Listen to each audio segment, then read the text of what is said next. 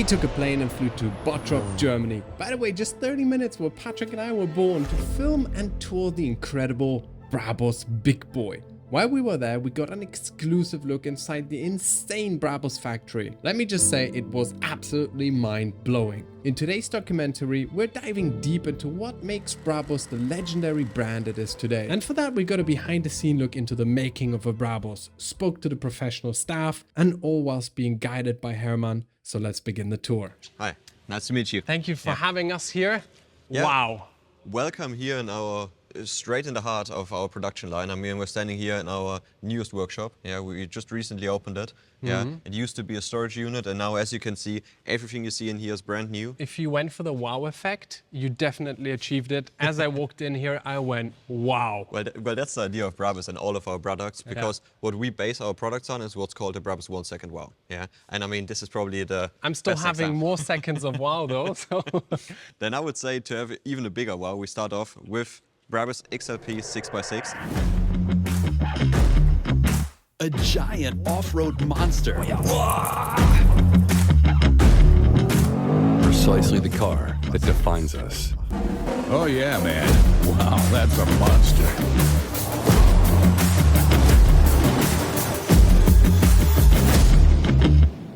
With the 6x6, the whole thing started a while back. When the new G-Class came out, we said we want to build a very special car based on the G-Class.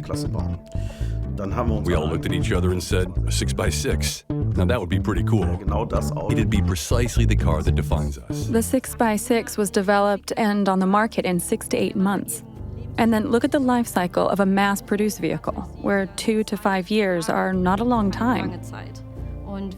To really succeed in developing everything in such a short time frame, that's really ambitious and sometimes very strenuous. But that's the challenge I simply adore. Basically mean a complete new interior. It had nothing to do, or not a lot to do, with the regular Mercedes interior. So you basically strip it completely. We take a regular G-Wagon interior, we take everything out, all the seats out, all the carpeting out, all the electronics out. Everything is chosen by the customer. So this car, for example, is a customer car. Yeah.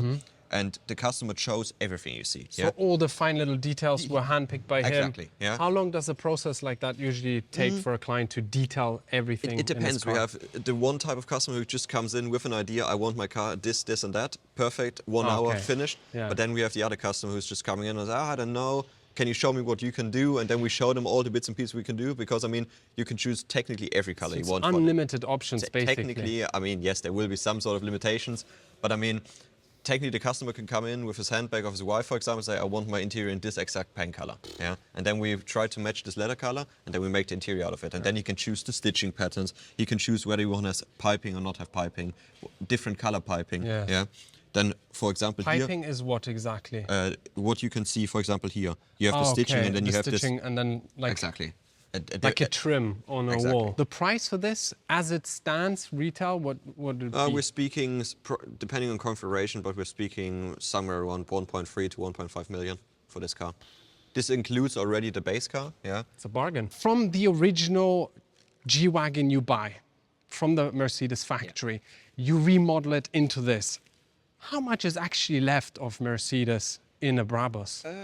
In this case, actually quite a lot. We have some cars where there isn't a lot left anymore, but for this car, I mean, of course, we have the whole chassis, yeah. Of course, we don't have the trunk space anymore, which we chop off, but we have the engine, yeah. We have the gearbox, we have basically all of the electronics. So we're really happy that we have a Mercedes and an AMG as a base model. Couldn't be a better. I mean, what we don't have, we shouldn't forget, we take the maximum that Mercedes and AMG offers. We take a G63, which is probably the top of the line product, and then we start doing our work.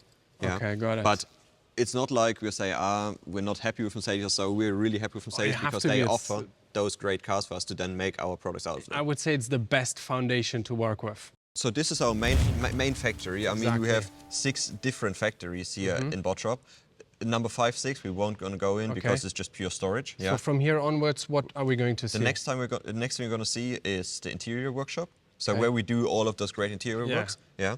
then the next factory we're going to see after that is actually the production where we produce those 6x6s, because this workshop where we're in right now, we don't produce those 6x6 cars. Okay. We only produce the regular Brabus G-Wagons. Got it. Yeah. And then in the last workshop, we're also going to see some classic cars. I'm very excited, but I have to stop you right there before we move on to the other sections. What are these babies? Yeah, I mean, here? you were This saying is- the only brand you can buy is a Mercedes. I but know. I Can I change my mind? Can I go back and we'll have to cut that. I actually also love Porsche. It's out there. All right. I'm actually a very big Porsche fan myself. This one I've seen on the internet. Yeah, and it got me super hyped. So maybe walk us slightly through it. I mean, because it's, again, the outer body kit is superbly modified here. Huh? Yeah, no, of course. I mean, we're standing here in the middle between both of our Porsche products. So all of our Porsche products are based on a 992 generation Turbo S. Yeah. So with Mercedes, with the Mercedes range, we basically cover the whole range. Yes. But for Porsche, in this case, for example, we only pick out we do like cherry picking. Okay. Yeah? Well, So we of course. take the maximum, the Turbo S. You take the best. Exactly, and then we start over. I mean, here on our right-hand side, for example, we have a proper stunning car.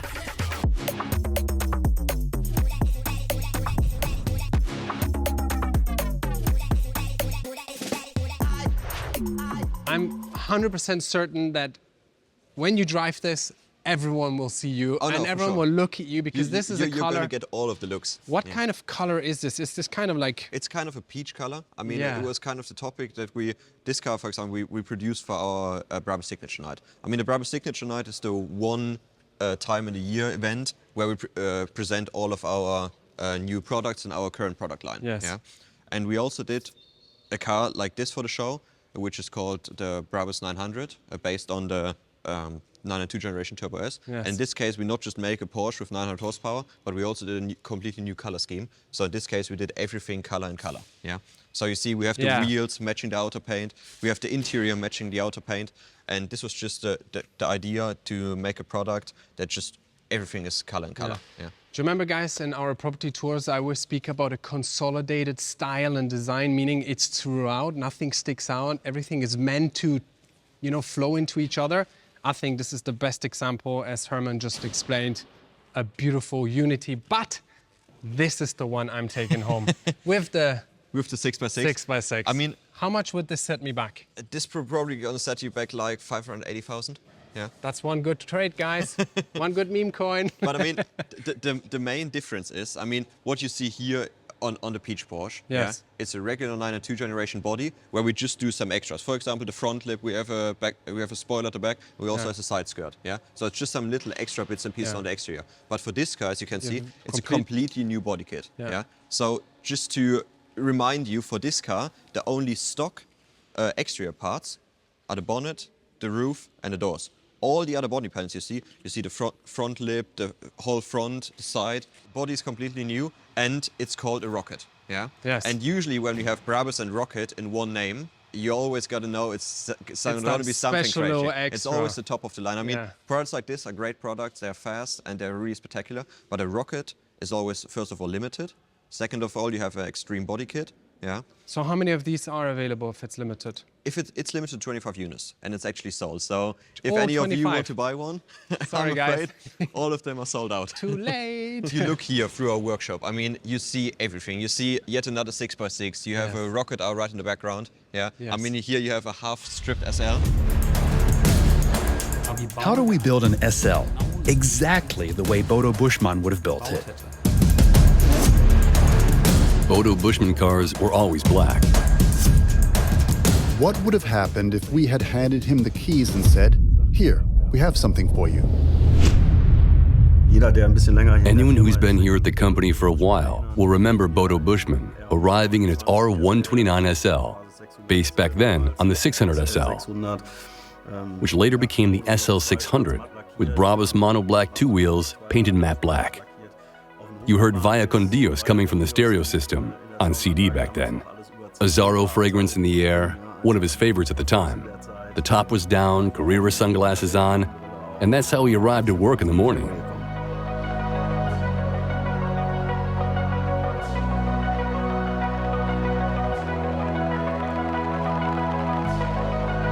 Der BRABUS 750. The BRABUS 750, based on the SL63, the Bodo Bushman edition, is an homage to our former boss and founder. It's a car that's been built the way we're sure he would have wanted it for himself. Do you think your father, if we had put the SL, the Bodo Bushman edition BRABUS 750 based on the SL63, what would have happened if we had handed him the keys and said, "Here, we have something for you"?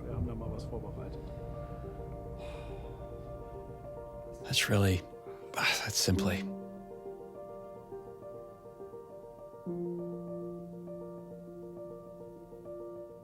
We build an incredible number of cars. We're busy all the time. And there are normal projects, and then there are some very special ones. There are photos you never forget after seeing them for the first time. And one of these shows my father on the A31 in a leather jacket driving the SL without the hood, sunglasses on, hair flying. Everything that defines Brabus is in that photo. And to this day, it is one of my absolute all-time favorites. When I came to the shoot and found out that the guys had just removed the hood from the new SL in order to recreate the photo, I honestly needed a moment. What we have here is our Rocket 1000 based on the GT4 E-Performance. Yeah. Yes. So we take a hybrid. It's actually our first Rocket hybrid as well. Yeah. So we take a hybrid powered car. In this case, it has a 4-liter V8 biturbo engine in the front and an electric motor at the back. And we do our big engine conversion. And then in the end, we only modify the petrol side. We don't modify the electronical side. And then in the end, we have 1,000 horsepower. Yeah. 1,000 horsepower. And of course, like the Rocket R, we have an extreme body kit. Of course, the Masterpiece interior has to come along with that. Yeah. And yet again, a limited car. I have to say, it looks beastly, like a little bit of a Batmobile. That's how I envision it. Talking about awesome cars, the big boy motorhome, ladies and gentlemen, which we have toured, and it's on our channel. So if you would like to see that one, check out the banner that's popped up just now, or go into the description of today's video where we left you the link. It's definitely an awesome motorhome and I love touring it, and I'm sure you guys are gonna enjoy it. Wow. All right, so from here, I would say we have to see moving. we have to see a lot more stuff. Exactly. And I would say the next kind of stop we have is the interior workshop. Yeah. Let's go. Perfect. Let's do it, because otherwise I'm just gonna ask you trillions of questions on all the beautiful cars and setups here. Perfect. But yeah, there's still a lot to see, guys, so hold your horses and let's continue, no? Now walking through to the interior workshop, I mean, this is our, what we call the Glashalle. Okay, right so it's now, basically like glass hall? It's basically glass hall because you have a glass ceiling. That's the main reason behind it. And right now we just use it in the meantime for basically just better storage unit. Okay, cool. Yeah. Over here is our little interior workshop where in the majority of the little switches and bits and pieces work.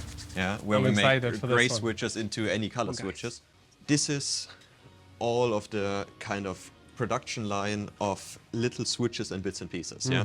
So you've seen for our Masterpiece interiors, we have all the switches for the 6x6. We have them in red. We spoke about that, exactly. And yeah, so of course this has to happen somewhere, and this is where it happens. Yeah. So here, every tiny little element gets taken out of the main little bits and pieces are taken apart, and a lot of those bits and pieces are also not made to be taken apart. Yeah. Yes. So you see, for example, over here you have the seat controls. Yeah.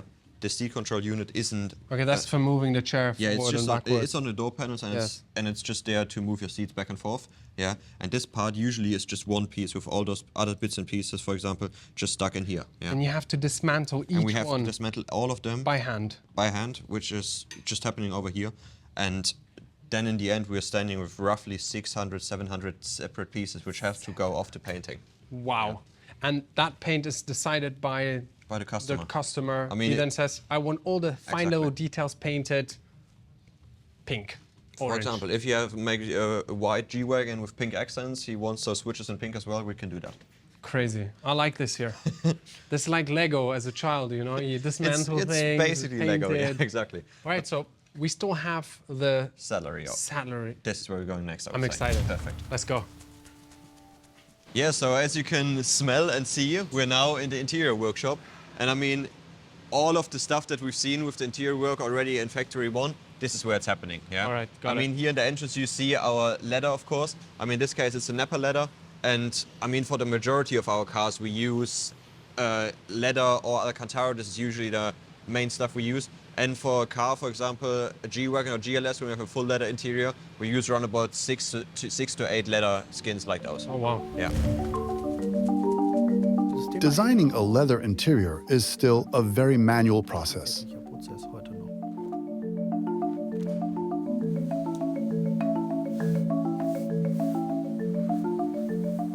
We work with the finest leathers. That always sounds so mundane, but I originally come from the fashion sector. I know how high the expectations for leather and other materials are because there are so many significant differences.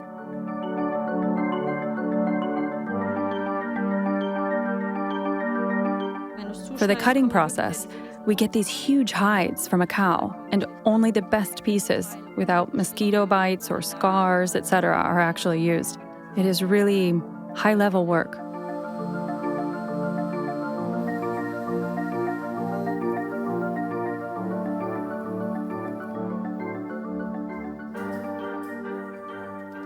What my colleague is doing right now, he is gluing the leather piece into the footwell, and this is actually a footwell of an SL, yeah? Okay. And he is just preparing the leather to then he did the stitching in the first step, yeah. And now he's finished all the bits and pieces, and now he's pressing it onto, and then he's using a heat gun to activate the glue, Okay. and then it's stuck together. Wow. Yeah. And of course, all of the stitchings, I mean, we've seen the machine Yes. producing those stitching patterns, Yes. but then all the stitching of putting the bits and pieces together, this is all done by hand. I love it. Yeah. And as I said, a lot of this work that is happening here is a lot of experience. And Yes, because, of course. I mean, they really got to know how do I put stuff together, how does it look good. And I mean, we can walk down here and you see a big variety of various bits and pieces. I mean, over there, it's a foot mat, which is doing the stitching. Over here, we have a dashboard, yeah. In this case, I think it's also a leather dashboard, but here you can nicely see also the stitching done by hand in this case, yeah. So it's definitely a very thoughtful process and a lot of stuff going on here. And then over here, we have, in this case, not leather, yeah. In this case, now we have some Alcantara. And now they're doing the stitching for a headliner. Oh no, sorry, it actually is leather. Yeah, it looked like Alcantara for a second. Yeah, and they're now doing all of the stitching, putting bits and pieces together for a headlining. And I think it should be a G-Wagon, probably from the size. Is it G-Wagon? That's a G-Wagon. Yeah, so I was correct. Perfect. Yeah. Cool. And now, as you can see, also when you have a big leather piece, you sometimes need a third or fourth hand to actually do a lot of the work. Yeah. All right. And then also coming down here, you see yet again the topic of a leather footwell. I mean, right now we have a lot of footwell in leather, but I mean, this is, by the looks of it, I think it's a Porsche footwell. It's a Porsche? Yes. It's a G-Class. Yeah. Oh, sorry, it's actually a G-Class footwell. And yeah, all done leather. And what's important, that the leather we use for the footwell is the same quality leather like we would use on a steering wheel or on a dashboard. Yeah. So you don't go cheap anywhere. No, we don't go cheap. You go anywhere. throughout. Exactly. Consolidated style and design, ladies and gentlemen. Well, I'm very happy to see that all the handiwork is done as well, because I always like to say when you do things with your own hands, you put in your own energy, put in your own knowledge into it. It's a complete different view that you get on cars. Yeah. Yeah. As soon as you seen this and then step into a car, you see various different stitchings in a totally different way, like we've seen before. Manual hands putting things together, and it's not just a factory line where it's assembled by, machines. Exactly. It's actually people doing it. Cool. But I would say we get some keys, we get in the car, and we drive over to all of our different workshops. In the Cullinan? In the Cullinan. Perfect. Let's do it. Keys, Herman, please. I've got them. I got to drive.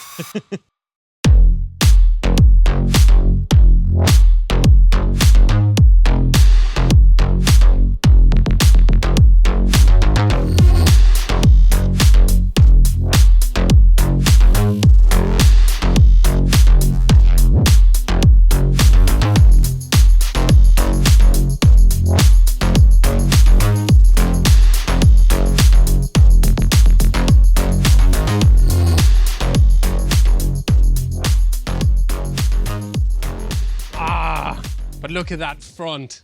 Hello, hello. So we are looking at a price tag of 800 196,596 euros, including VAT. I'm torn because I like the 6x6. I love the Porsche. Now you have a third one, which you're gonna have to buy. I think I just need a bigger garage. I think my Golf needs to go away and the Volvo and make some room for babies like these. Now we are in Wow. what I just call our XLP production, which is basically the production where all of our big cars are happening. So, I mean, we've already seen a finished 6x6, but here we see a half-finished one. This is what I think you mentioned before, that Exactly, you with the cutting. extend Exactly. You really nice to framework see from there. the whole subframe and everything basically up on from this point onwards. It's completely new. And Yeah. this is custom made by you guys here at the BRABUS We factory. actually don't build this here in the factory ourselves, but we have people building it for us. Yes. Okay. You have variable air pressure in this car, so the customer or whoever drives it can sit on the seat and just control the air pressure in the tires from the interior. Yeah. You can actually look inside the cockpit there, and you see how everything is stripped and Exactly, I mean, literally just the foundation. This is the literally scaffolding where is left. everything is just starting. Yeah. And you also see a completely empty engine bay because this is where we're going to head off next. Oh, is our engine workshops. yes, I we like haven't it. talked any engine yet, but of course we do a lot of power too. Yeah. And this is where we're going to head off next to see how we get 900 horsepower out of a Mercedes. When I speak to people about BRABUS, it's a very nice bodywork, the tuning, and of course, It's got to the be power. car It's got to go tuning. fast. Yeah. Perfect. The Let's head off roaring there. engines. Let's go. I'm excited for that one. Let's start off right here. I mean, we have a engine. This one actually comes out of a 6x6. Okay. Yeah. Usually, I mean, for a 6x6, the engine always has to come out. Yeah. Because we, of course, changed the whole car, and then at one point the engine also have come out. But I mean, we're basing all of our engine power increases that we do on mainly one engine, and it's actually the biturbo V8 engine from Mercedes AMG. Okay, got it. So it comes stock around about 585 in the case of a G-Wagon, and it goes all the way up to 639 horsepower in a GT 4-door. And then we offer 3 different stages for the engine. Yeah. What are the 3 different stages? So we have a 700, 800, and 900 horsepower stage. Yeah. So for 700 horsepower, we actually only have an extra ECU which we plug into the system of the car, and then Okay. we get more horsepower. So we have no So it's other. electronic only? It's basically just electronic Okay, side. got it. And then for the 800 horsepower side, which this is, we have electronic side plus turbochargers. Okay. Yeah. Which are Which are these two. These Up two here you things, have the yeah. nice BRABUS labeling on the top. Yes, exactly. And usually for 800 and 700 horsepower, the engines will stay in the car. Yeah. Okay. But in this case, because we have taken the engine out, we can also now do the turbochargers anyways. looks like a brain. It of a kind of car. is. Yeah. Yeah. But then I'll also say we have a 900 horsepower stage, and Yes. for the 900 horsepower stage, we do a lot more. Yeah.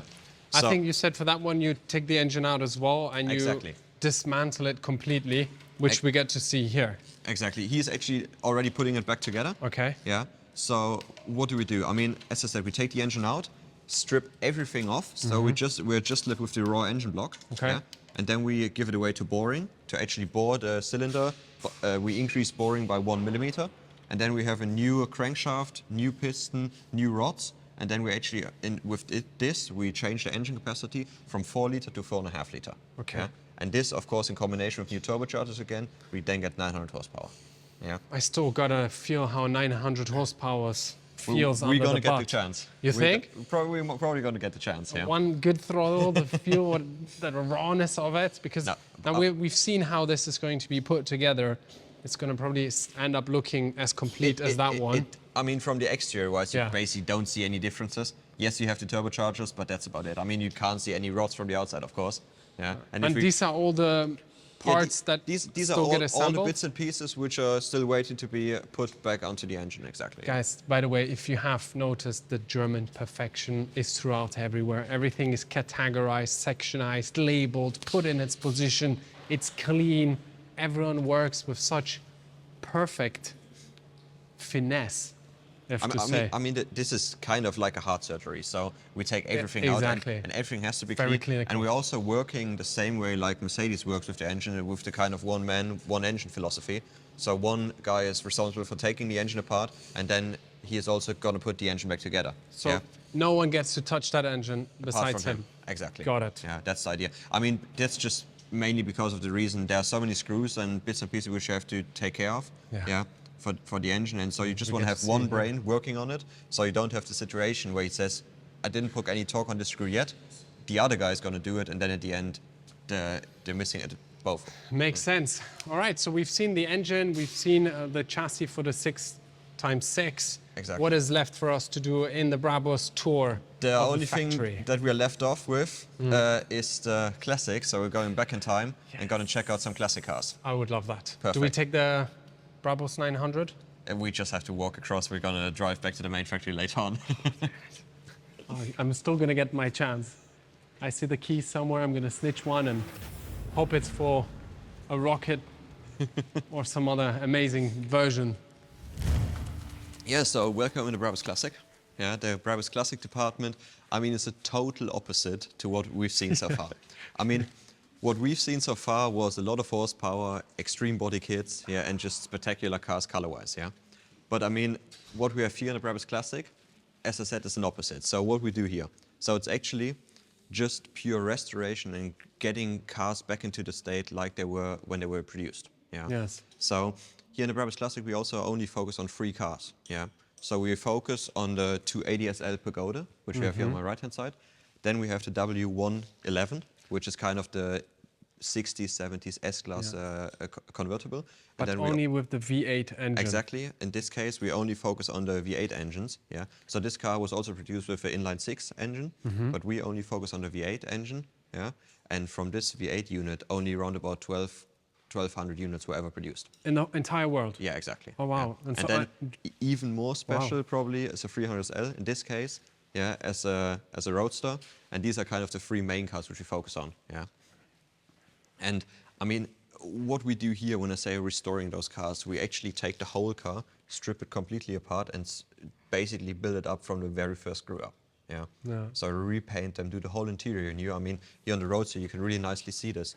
I mean, the whole interior, when you look at it, it's in the same conditions like the new cars we've just seen the whole time. Yeah. And that process, from the day the car gets delivered to you until you deliver it to a client, how long roughly does it take? I mean, we're speaking years here. I mean, we're speaking makes probably sense, a right? minimum of 1.5 to 2 years for a car like this. Wow. Yeah, I mean, it also depends on the state.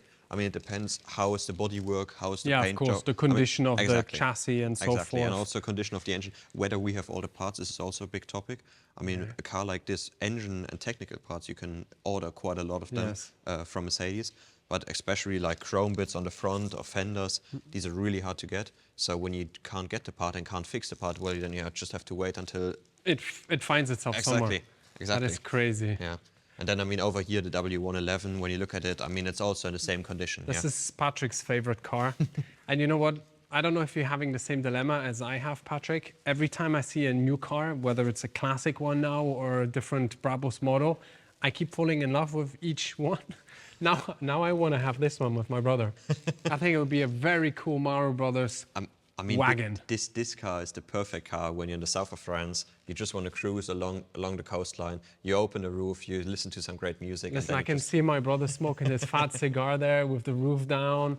And the Cuban hat, exactly. My hair flowing in the wind. I mean, beautiful. Also here, bonnet is missing, and it's really nice to see when you take a look into the engine bay. When I say we restore it to the very last screw, this is probably the best area to really see that. Yeah. I mean, what's important for all the restoration that we do, we restore the cars like they were when they were produced. So we have the same exterior interior color, and we also don't do any technical changes to the engine or so. Yeah. Right. So it's still the same engine, still the same technology, but just refreshed. Yeah. Perfect. I like that. But I would say as kind of a big highlight for the end of this great day so far, I would like to show you one of the most iconic cars that you can find in the world from Mercedes. It's a 300SL Gullwing, and it's a car that we also restored over the past 3 years and will now eventually end up for sale at one point.